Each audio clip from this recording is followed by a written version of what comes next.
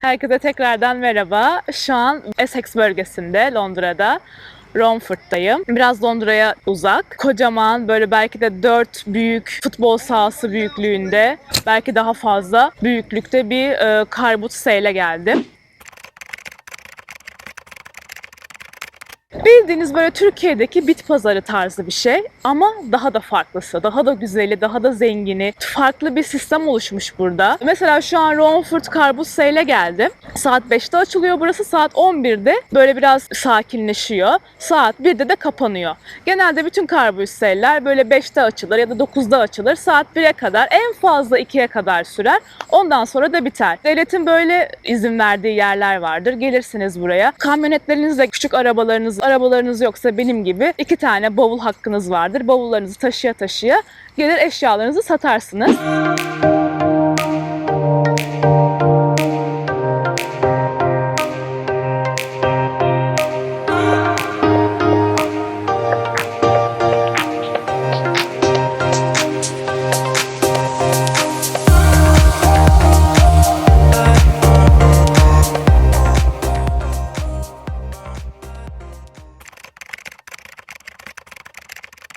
Böyle lanet olası bir işim vardı. Çok güzel de tecrübe edindim. Yani bir türlü çıkamıyordum ben bu işten. Diyordum ki Allah'ım ne olur beni bu işten kurtar. Tam farklı bir iş buluyordum. Sonra böyle o kişiyle beraber bir konuşma oluyordu. Ay sen işte aileden birisin, seni kaybetmek istemiyoruz falan da filan da derken ya ben bırakamıyordum ya o beni bırakmıyordu. Böyle bir şey, bir lanet bir şey vardı. Sonra dedim ki bırakmam lazım. Yani benim hem ikinci iş bulmam lazım. Hani annem için para biriktirmem lazım. Hem de bir yandan da bu lanet işten kurtulmam lazım. Nalet olası kanalı etrafını çerçeve yapmamışlar. Sonra böyle geçmişimdeki, background'ımdaki olaylar beni bulmaya başladı. İlk buraya geldiğimde gençlerle takılıyordum ama beni pek açmıyordu açıkçası. Yani hep böyle partilemek, işte başka şeyler konuşmak falan işte hani. Sonra her zamanki gibi böyle yaşlı mı diyeyim artık bilmiyorum ya. Böyle hani 50, 60, 70 yaşlarında, çok da yaşlı değil. O tarz insanlarla konuşmaya devam ettim. Çünkü onlar bana daha çok şey katıyorlardı. Benim kafamdaki böyle filmlerdeki İngiltere'de hep zaten böyle o mod vardı, o ambiyans vardı ve ben o ambiyansı bazen kaybediyordum, bazen de onlarla yakalıyordum. Çünkü ne bileyim biraz old school kafasında olduğum için hala sürekli onlarla beraberdim. İşte antik shoplarına giderdim. İşte ne bileyim onlarla takılırdım. Burada bu geçmişteki işte kimlerle tanışmışlar, işte önemli olan şeylerine hep böyle bir şekilde onlarla takıla takıla benim bu background'um, bir de annemin tabii antikayı çok sevmesi. Yani şu an arkadaşlarım da bilir. Bizim evde yani 1960'a ait bir ütü vardır ve hala o kullanılır. Say what? Şaka yapmıyorum gerçekten hani. Bir gün İzmir'e gidince evimi göstermek istiyorum size. Full antika, her şey. Neyse bu background, bu işte ilgilenmem falan derken böyle beni o zor durumumda Karbuz Sel'le tanışmama hani sebep oldu. Bu sektör nasıl bir sektör? Nasıl para kazandıran bir sektör? Kimler girebilir bu sektöre? Herkes. İnanın tipinizi falan hiç önemli değil. Maddi durumunuz, bir şey yapmanız, herkes bu sektörde olabilir yani. Ben ilk başta nasıl satayım dedim acaba, ne yapabilirim, ne edebilirim? Konuştum insanlarla. Merve dedi ki işte bavullarınla gelmek istiyorsan 12 pound giriş ücretim var. Tabii bu her şeye göre değişiyor. Okulda satmak istiyorsan bazı belli başlı okullar var anlaşan böyle kampanilerle. Mesela kampanya diyor ki biz senin okulunda işte Karbuz Sale düzenlemek istiyoruz. İşte bir şekilde anlaşıyorlar falan. İşte arabalar genelde 20 pound'a içeriye girebiliyor ya da küçük arabalar 16 pound'a içeriye giriyor. Bizim gibi böyle işte bavulunu taşımak isteyenler, arabası olmayanlar daha ucuza girebiliyor. Ben ilk başta böyle gereksiz ne kadar eşyam varsa hepsini topladım. Belki 3 bavula yakın yaptı. Onları sattım bir güzel. Sonra düşündüm ki Allah'ım dedim ben nasıl para yapacağım ya? Tanıştığım insanlarla konuşmamdan dolayı mıdır bilmiyorum. Bana sürekli böyle yeni eşyalar, tabii bunlar free bir şekilde bana gelmeye başladı. Ben de satış yapmaya devam ettim. Şimdi bu sektör nasıl bir sektör? Hadi biraz anlatalım. Bu ülkede ciddi anlamda insanın böyle aklını alacak antika eşyalar var. Kraliçe Elizabeth'e ait farklı farklı kültürdeki, farklı farklı ülkedeki insanlar geldiği için sürekli böyle bir antika değişimi var. Evden ele. 1920'lere ait, 30'lara, 40'lara, yani görünce şaşırıyorsunuz. Aklınız tutuluyor. Ben antikayı çok sevdiğim için hele ağzım böyle açık kalıyor. Ama bir tek antika değil yani olay. Her şey, satmak istediğiniz her şey. Telefon olabilir. Ondan sonra biri gördü bu arada, beni tanıdığım biri. Burası Karbus Sale'de neler satılıyor? Her şey, aklınıza gelebilen her şey satılıyor. Yani çocuk arabasından, bebek arabasından, eşya, kıyafet, antika eşyalar, ondan sonra altın, pırlanta bile isterseniz. Yani en çok böyle şeyler tüketiliyor. Laptoptur, ondan sonra elektronik eşyalardır, altın yüzük, bunlara çok geliyorlar. Özellikle Londra'da Hatton Gardens diye bir yer var. Sokak full sadece pırlantacılar var. İşte altın satan, yakut satan ve bununla ilgili, Hatton's Garden'la ilgili birçok film bulabilirsiniz. Birçok soygun filmi, birçok böyle parayı dönen, parayı çeker.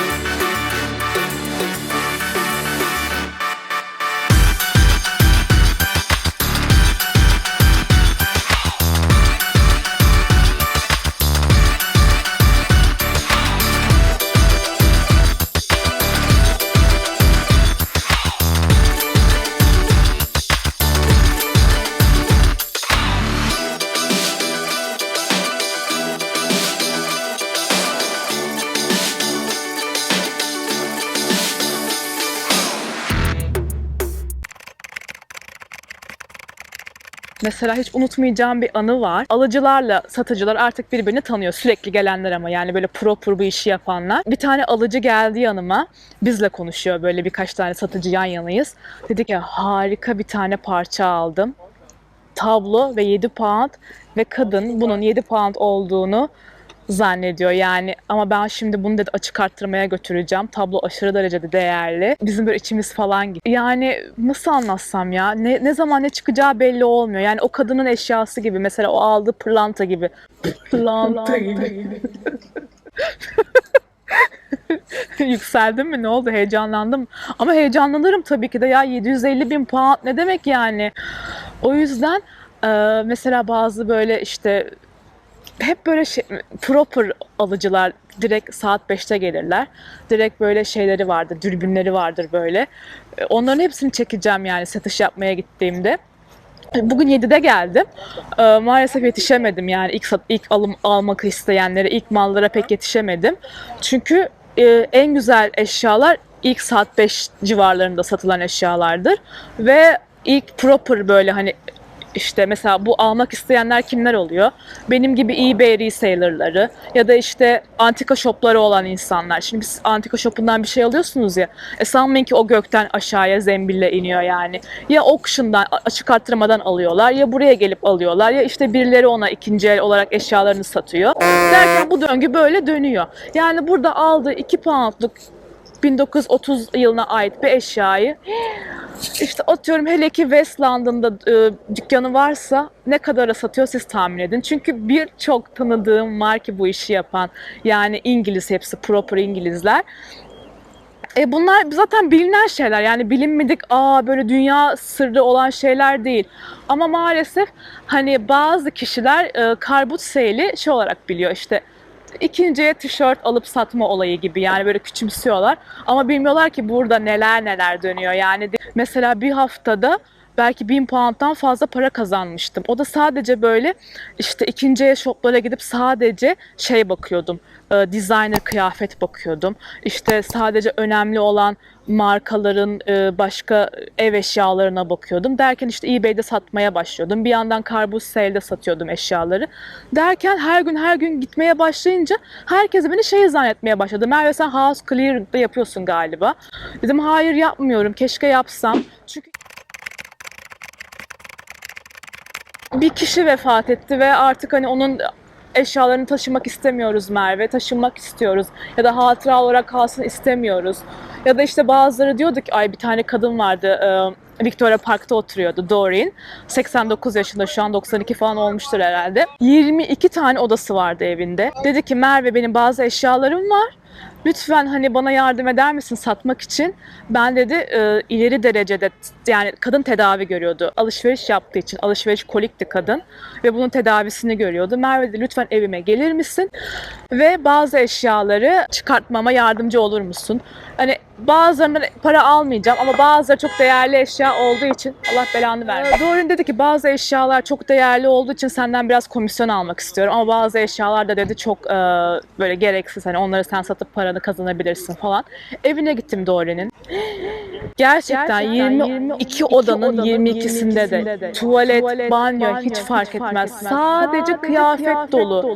Bir oda sadece kürk. Bir oda belki 2 oda, 3 oda sadece ayakkabı. Yani mutfağa kadar dolap, her şey taşmış ya. O mutfağın üstündeki o şey var ya, böyle yemek o tezgah. Her şeyde ya artık oturulacak sadece yerler bırakılmış. Merdivenlerde bile ayakkabılar, istifçi ya, restifçi. Ben 32 tane bile açsanız o eşyaları oraya sokamaz. O derece büyük eşyalar vardı. Ben sürekli o eşyaları Allah mı yardım bilmiyorum. Bana sürekli eşya geliyordu. Free eşya. Ve ben satıyordum bunları. Güzel paralar ciddi anlamda kazanıyordum. Ya bir de şey vardı yani, nasıl anlatsam. Herkesle muhatap olmak istemiyordum Türkiye'den geldikten sonra buraya. Çünkü yenisiniz. Bir de maalesef şu da var, yani Türk'ü gurbetten yıkıyor. Yani bu çok doğru. Sizi kullanmak isteyenler, işte az fiyata çalıştırmak isteyenler. Mesela bir grafik tasarımcıya deniliyor ki, işte ben şunu tasarlamak istiyorum. İşte ben restoranıma şu menüyü tasarlatmak istiyorum ya da şu logoyu yaptırmak istiyorum. Şöyle olsun. Zaten çok ucuz yani. 200 poundlık bir şey falan filan. Derken gitgide insanlar fiyatlarını düşürmeye başlıyorlar. Çalışanlar, işverenler de zaten hani bedavaya yaptırmak istediği için. Bu her sektörde böyle ama. Yani çok fazla Türklerle muhatap olmak istemedim. Sonra bu işi bırakmak zorunda kaldım. O zamanlar nişanlım maalesef bu işi artık bırakman gerekiyor Merve dedi. Sabahın 4'ünde kalkıyordum. Tamam, erken saatte bitiyor ama elimde 2 tane bavul, benim 3 tane fıtığım var boynumda. Habire böyle haber yazmaktan, öğrencilik zamanında da işte çalıştığım zamanda da. Bu fıtıklardan dolayı o 2 tane bavul artık bana çok böyle şey geliyordu, yük geliyordu yani sabahın köründe. Dedi ki, Merve, araba alana kadar, düzenini kendi yoluna sokana kadar bu işte çalışmanı istemiyorum. Bu işi tekrardan yapacağım. Mutlaka ki bu iş beni bir yerde bir gün bekliyor. Ama zamanı değil. Önce bir arabamı almam lazım. Önce bir düzenimi oturtturmam lazım. Çünkü araba olmadan sürekli size free eşya geliyor ve hayır diyemiyorsunuz bunları almak için. Çünkü bazı eşyalar geliyor ki, Allah'ım diyorsun ya, bu eşyalar bana geliyor ve free bir şekilde geliyor. Bunu satmam lazım, onu satmam lazım derken işte bazıları da annene yardım ediyorsun. Hani bu eşyaları kullanmıyoruz Merve, hani al bunları sat diyenler de oluyor. Derken ev bildiğin istifçi olmaya başladı benim. İstifçi ya, restifçi. Mehmet dedi ki, Merve dedi, evlenince ben böyle bir şey görmek istemiyorum evin içinde. Şu an bana bile fenalık geliyor. No, God! No, God, please, no! No! No! Gerçekten çok fazla eşya birikmiş. Doreen'in evi gibi olmuştu. Yani oturacak yer kalmıyordu resmen. İnsana böyle biraz anksiyete yapıyordu. O kadar çok eşya vardı ki. Dedi ki, yani büyük bir araba al. Ne yapacaksan oraya tık bütün eşyaları, bu işi yapacaksan yap ama diğer türlü ben bu işi yapmanı istemiyorum. Sadece arabamı alana kadar yılda bir kere bu işi yapacağım. birkaç hafta sonra ya da haftaya yapmayı düşünüyorum arkadaşımla beraber. Ve kazandığım parayı da Haytap'a bağışlamak istiyorum. Öyle bir karar aldım. İşte bu da böyle bir sektör. Bu sektörde olunca çıkamıyorsunuz yani. Sanki böyle dövme gibi. Dövme yaptırınca böyle hani tekrardan yaptırmak istersiniz ya. Bu sektöre gidince sizi çekiyor ve çıkamıyorsunuz içinden. Çok şanslı olduğunuz zamanlar olabiliyor. Hiç para yapmadığınız zamanlar da olabiliyor. Özellikle bu sektörde yağmur çok önemli bir etken. Yani bu ülkede de sürekli yağmur yağdığı için yağmur varken çok fazla satıcılar gitmek istemiyor. Alıcılar da pek hani bulunmak istemiyor yani karpuz sale'de. O yüzden tek negatif yanı bu diyebilirim. İyisiyle kötüsüyle bu sektörü anlattığımı düşünüyorum. Belki eksiklerim olmuş olabilir, bilmiyorum. Ama olur da bu ülkede ikinci bir iş yapmak istiyorsanız, ekstra para cebinize koymak istiyorsanız ya da içinizden sıkıldıysanız, iş bulamıyorsanız karpuz sale harika bir kaçış noktası. Hem güzel para kazandırıyor size, hem de insanlarla muhabbet, sohbet derken laf lafı açıyor. Hatta bazıları diyor ki Merve bu malı satamadım, bu eşyayı. İstiyorsan sen götür, sen sat haftaya falan. Ne bileyim yani değişik bir ortam var burada. Şimdilik benden bu kadar. Kendinize iyi bakın. Sizi çok seviyorum.